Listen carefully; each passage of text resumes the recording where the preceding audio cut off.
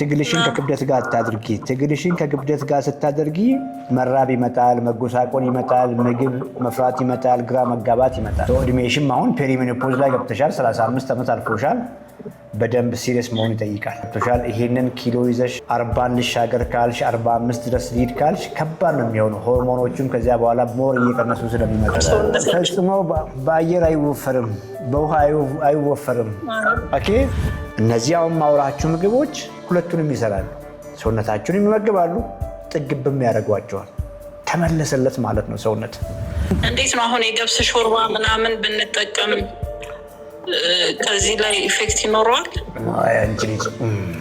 ወይ አንቺ ልጅ አመት በሙሉ ተከታትለሽኛው እንደዚህ ጥያቄ ጠይቂያለሽ ራይት ነገር እንግዲህ ምግብ ብቻ አይደለም ኤክሰርሳይሱንም ምግቡንም በመናወራ መንገድ ከጀመርሽ በኋላ የምስር ሾርባ የአትክልት ሾርባ የአሳ ሾርባ የስጋ ሾርባ የዶሮ ሾርባ በረሃብ ነው የወፈርሽው ተርበሽ ነው የወፈርሽው ያው ሰውነት እየተራበ ሆድ እየጠገበ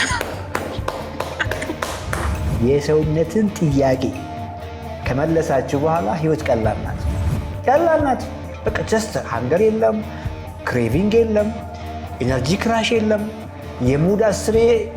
ሙዳችሁ አስሬ አይዋዥቅም እንቅልፋችሁ ቆንጆ ይሆናል ከለራችሁ ቆንጆ ይሆናል የወጣትነት ኢነርጂ ይመጣል ምን ማይመጣ ነገር አለ ተፈጥሮን ያደነቁ በሰላም መኖር ይፈልጋሉ መልሶ አው ከሆነ በመገናኛ ጫካ ፕሮጀክት የሚገኘውን የቴምር ሪል ስቴት ዘመናዊ መኖሪያ ቤቶችን ይመልከቱ በአረንጓዴ አካባቢ ንጹህ አየርና ምቹ የከተማ ኑሮ እርሶን ይጠብቆታል ያውም በ35% ልዩ ቅናሽ ጋር ስቱዲዮ እስከ ባለ 3 መኝታ ድረስ የቤት አማራጮች አሉን ባንዴ ለምትከፍሉ ስቱዲዮ 2.7 ሚሊዮን ብር ባለ 1 መኝታ 4.8 ሚሊዮን ብር ባለ 2 መኝታ 7.3 ሚሊዮን ብር ባለ 3 መኝታ 9.7 ሚሊዮን ብር ባንዴ መክፈል ለማትችሉ ሁለት የክፍያ አማራጮችን ይዘን ቀርበናል የመጀመሪያው 20% ቅድመ ክፍያ በመክፈል ቀሪውን ያለ ወለድና የዋጋ ጭማሪ መክፈል ይችላሉ ሁለተኛው 40% ቅድሚያ ከፍለው 60% ቤቱን ሲረከቡ መክፈል ይችላሉ ውጭ ሀገር ለምትኖሩ ደንበኞቻችን ወኪል ሳያስፈልጎት ውሎን በዲኤችኤል ያሉበት ቦታ ድረስ እንልካለን ለበለጠ መረጃ በ0974 60 7676 ይደውሉ ቴምር ፕሮፐርቲስ ሰላም ዶክተር ይሰማል እንዴት ነሽ ሰላም ነው እግዚአብሔር ይመስገን ፕሮግራሙ ይታወቃል ከጥቂት ጊዜ በፊት መከታተል ጀምረኝ ነበር ያው ስሜ ውስና ይባላል 38 ነው ቁመት ከ67 ክብደት ደግሞ ወደ 102 አካባቢ ነኝ ፓውንድ ነው ኪሎግራም ነው ኪሎግራም ጉድሽ ፈላ ቀላል ያይዞሽ ትግልሽን ከክብደት ጋር ካላደረግሽ ነገሮች ይስተካከላሉ ገብቶሻል ፈጽሞ አሁንም ትግልሽን ከክብደት ጋር ታድርጊ ትግልሽን ከክብደት ጋር ስታደርጊ መራብ ይመጣል መጎሳቆል ይመጣል ምግብ መፍራት ይመጣል ግራ መጋባት ይመጣል ፈጽሞ ክብደት ስለመቀነስ ሳይሆን ሰውነቴ at cellular level እየተራበ ነው ማለት ነው ሰውነቴ የሆነ የጎደለው ነገር የሚፈልገውን ነገር ስላጣ ብዙ እያስበላኝ ነው በክሬቪንግ በምንም ይሄድ አምጪ እያለኝ እያፋፋይ ነው ብለሽ አስበሽ ሰውነትሽ የሚፈልገውን ነገር አስበሽ መመገብ ስትጀምሪ ሌላው ነገር ራሱ ይመጣል ቁመትሽ ስንት ነው ሜትር ከ67 ሜትር ከ67 ስንት ዓመትሽ ነው በደንብ አልሰማሁሽም 38 ያ እድሜሽም አሁን ፔሪሜኖፖዝ ላይ ገብተሻል 35 ዓመት አልፎሻል በደንብ ሲሪየስ መሆን ይጠይቃል ገብቶሻል ይሄንን ኪሎ ይዘሽ 40 ልሻገር ካልሽ 45 ድረስ ሊድ ካልሽ ከባድ ነው የሚሆነው ሆርሞኖቹም ከዚያ በኋላ ሞር እየቀነሱ ስለሚመጡና ካሁኑ ፋይት ማድረግ ይጠይቃል የኛም ፕሮግራም ከሰማሽ በኋላ የቀየርሽው ነገር አለ ያው አሁን ያንተን ፕሮግራም ልክ የሰማሁ አካባቢ በቃ እንደወለድኩኝ ነበር የዛሬ አመት አካባቢ ነው ሁለቱ አካባቢ ያው ብዙም ማስተካከል አልቻልኩም ሁለቱም ልጅ መንታም ስለነበሩ በቃ ግን ከዛ በፊት አሁን ከመውለዴ በፊት 76 ድረስ ወርጄ ነበረ ኪሎ። ከዛ ነው አሁን ግዝናው በኋላ ነው ወደዚህ ከፍ ያለው። ከአራስ ቤት በኋላ ነው የፋፋሹ? ናው በቃ ከእርግዝና እንደውም ከአራስ ቤት በኋላ ነው። እርግዝና ላይም በቃ እርግዝና መጨረሻ ላይ ይሄው ኪሎ ነበረ። እስካሁንም በዛው ነው ያለው፣ አልቀነስም። ቡላ በቅቤ በደንብ ነው የተበላው። እውነቱን ለመናገር ያው ረጅም ሰዓት እንደነሱ አይነት ነገር አልተጠቀምኩም። ግን እንግዲህ የቤተሰብ ይሁን አላውቅም። ቶሎ አይወርድም ሰውነታቸው። ፈጽሞ በአየር አይወፈርም፣ በውሃ አይወፈርም። ኦኬ ሶ ፋክት ነው። ኦቨር ሰርፕለስ። በእርግጥ ጣፋጭ እጠቀማለሁ፣ እሱ ይመስለኛል። ለምሳሌ ጣፋጭ ነገር በአጠቃላይ ኬክን ምንም ካገኘው እጠቀማለሁ ነው። እንግዲህ አልፎ አልፎ መጠቀም ሳይሆን ሬጉላርሊ ታደርጊ የነበረው ምግብ ላይ አንርሳ። አራስ ቤት ላይ ቁጭ ባልሽበት፣ አክቲቪቲ ባሌለበት፣ በቂ ፀሐይ ብርሃን ማግኘት ባልነበረበት፣ አዳዲስ 2 መንታ ልጆችን እንግዶች መጥተው እንቅልፍሽ በተዛባበት፣ በጣም ስትሬስድ በምትሆኝበት ሲቹዌሽን ላይ አይሽ በምግብ ፐርፌክት መሆን ሲገባሽ እየደከመ እየተጨነቀ ያለውን ሰውነት ሞር አቢዩዝ አደረግሽው። አራስ ቤትሽ ላይ ተወስጄ የነበረውን አስታውሽና ንገሪኝ። አራስ ቤት ላይ ያው ቁርስ ላይ ቡላ ነበር የምወስደው። ቡላ። ከዛ ግን ቆጮ እና ክትፎ፣ ቆጮና አይብ እሱ ነበር የምወስደው። አይ ቲንክ ነገ ወይ ተነገ ወዲያ ቡላ ላይ እንሰራለን። እስቲ ቡላ ላይ ኔክስት ሴሽን እናድርግ የምትሉ እንደው በካርቦሃይድሬት ሌቭል ዘወርስት ምግብ በማፋፋት ነው እያልኩሽ ያለሁት። ዘወርስት ምግብ ቡላ ነው። አይገርምሽም? ኦልሞስት ቡላ ማለት ፒውር ስታርች ነው፣ ፋይበር ያሌለው። ገብቶሻል? የምንበላውን ካርቦሃይድሬት ገታ የሚያደርግ ፋይበር ያሌለው ከፍተኛ ማደለቢያ ነው። ከፍተኛ አንድ ሰው በሆነ ፍጥነት የሆነ የውፍረት ውድድር ኖሮበት ቶሎ መወፈር ከፈለገ ነምበር 1 ምግቡ መሆን ያለበት ቡላ ነው። ቡላ እንግዲህ የምንበላበትን መንገድ ደግሞ አስቢ። ማንም ሰው ቡላን ባዶውን እኮ መብላት አይችልም። ደስ የማይል ጣዕም ነው ያለው። ቡላ ኮምቢኔሽኑ ማን ነው? ቅቤ ነው። ለዚያውም ብዙ ቅቤ ነው። ቡላ እንዳልኩሽ ብቻውን ከፍተኛ ካርቦሃይድሬት አለው። ኦልሞስት ፋይበር ኮንቴንቱ 0 ነው ብዬሻለሁ። ስኳር በዩ ፒውር ስኳር። እሱ ላይ ቅቤ ጋር ነው የምንቀላቅለው። በትኩሱ ነው የምንበላው። በልተሽ አቁሚ አይልሽም። ምን ያክል እንደበላሽ እንኳን አታቂ። ዋው በርቺ። እሺ ሌላው ጄኔቲክስ ያልሽውን በደንብ ላውራሽና ማንም ሰው ይሄን በደንብ አስረግጬ ማውራው በምክንያት ነው።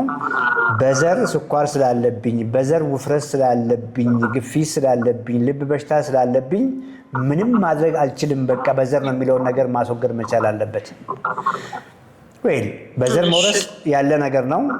አለመያዝ ግን ትችያለሽ። አለመያዝ በእጅሽ ላይ ነው ያለው።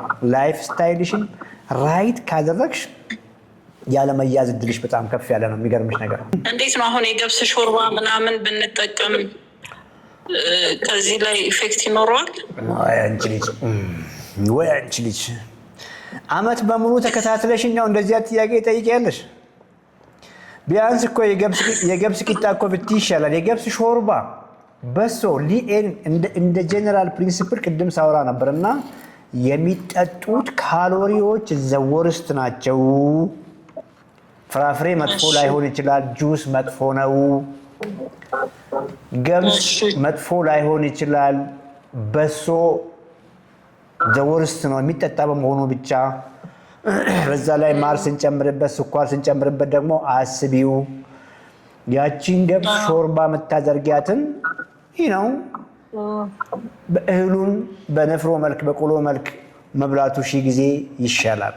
ወይ በሌላ መንገድ ላስረዳሽና አሁን 100 ኪሎ ግራም የገባች ልጅ ባትሆንና በአንቺ እድሜ ላይ ያለች ጡንቻ በጡንቻ የሆነች ስፖርት የምትሰራ ሴት በቀን የሚያስፈልጋትን ፕሮቲኗን በልታ አትክልቷን በልታ አየሽ አይደለም ፋይበሪሽ የሆኑ ፕሮቲን ታርጌቷን መጣ ዳክ ሾርባ ችግር አለው ብትለኝ አጨበጭብላታለሁ ምን ችግር አለው ጀስት ቅቤ ምናምን አታብጂ ዘይት አታብጂ ወይ ዘይት አይደረግም ሾርባ ላይ ጣፋጭ ነገር እነዚህ ማር ምናምን አታድርጊ ኢስ ፋይን እላታለሁ አገኘሽን ሾርባም ከሆነ ደግሞ ከገብስ ይልቅ የእነ ምስር ሾርባዎች እኮ ይሻላሉ የአትክልት ሾርባ እኮ ይሻላል የአሳ ሾርባ እኮ ይሻላል የስጋ ሾርባ እኮ ይሻላል ለማናችንም ላንቺም ቢሆን ራይት ነገር ማድረግ ሲጀምሪ ራይት ነገር እንግዲህ ምግብ ብቻ አይደለም ኤክሰርሳይሱንም ምግቡንም በመናወራ መንገድ ከጀመርሽ በኋላ የምስር ሾርባ የአትክልት ሾርባ የአሳ ሾርባ የስጋ ሾርባ የዶሮ ሾርባ ቺክን ክሬም አይደለም ቺክን ክሬም አለው ኖርማል ስኩፕ ነገር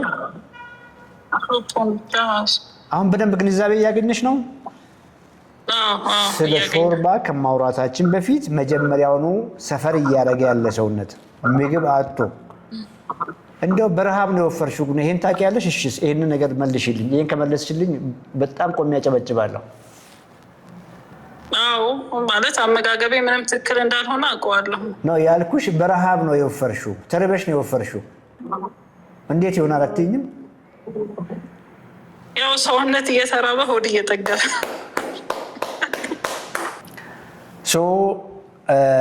የሚገርም ነገር ነው እቺ ልጅ ያለችው ቤዚክ ኮንሰፕቱ እሷ ያለችው ላይ ያለው ሆዴ እየጠገበ ሰውነቴ እየተራበ ዋው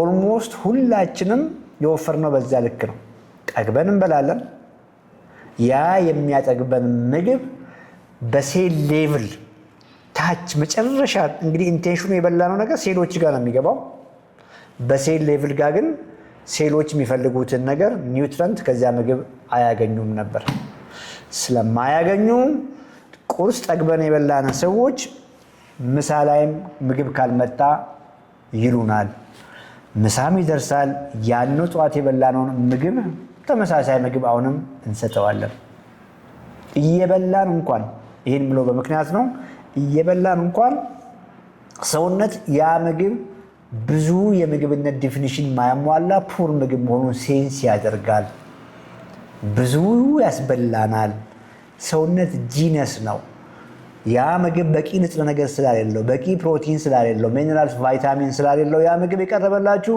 ከብዛት እንደሚያገኝ ያውቃል በቃ ዋጋ ይከፍላል ቢያፋፋውም ቦርጫም ቢያደርገውም በስኳር ቢያስይዘውም ጀስት ለሰርቫይቫል የሚያስፈልገውን ማይደራደርበትን ኒውትረንት ፍለጋ ብዙ ያስበላናል ብዙ በላም ቆይቷንም አምጡ ይለናል የኔ ክሊያንቶች እዚህ ላይ ካላችሁ ማውራው ነገር ትክክል ከሆነ አንድ ቁጥር ጻፉልኝ አሁን ልክ ምግባችሁን እንደቀየራችሁ ለምንድነው ወዲያው አፕታይታችሁ ብሎክ የሚሆነው ለምንድነው ያ ሁሉ የረሃብ ስሜት የሚጠፋው ክሬቪንግ ለምንድነው የሚጠፋው ኦኬ ስጋ የሚዘጋ እኮ ሆኖ አይደለም አሳ እኮ የሚዘጋ ሆኖ አይደለም ቺክኑ አይቡ እርጎ የሚዘጋ እኮ ሆኖ አይደለም ወዲያው ሰውነት የሚፈልገውን እዚያ ውስጥ በዛች ፓኬጅ ውስጥ ስላገኘ አያም ደን በቃኝ ይላል ያስ አንዳንድ ቁጥር ይዛፋችሁ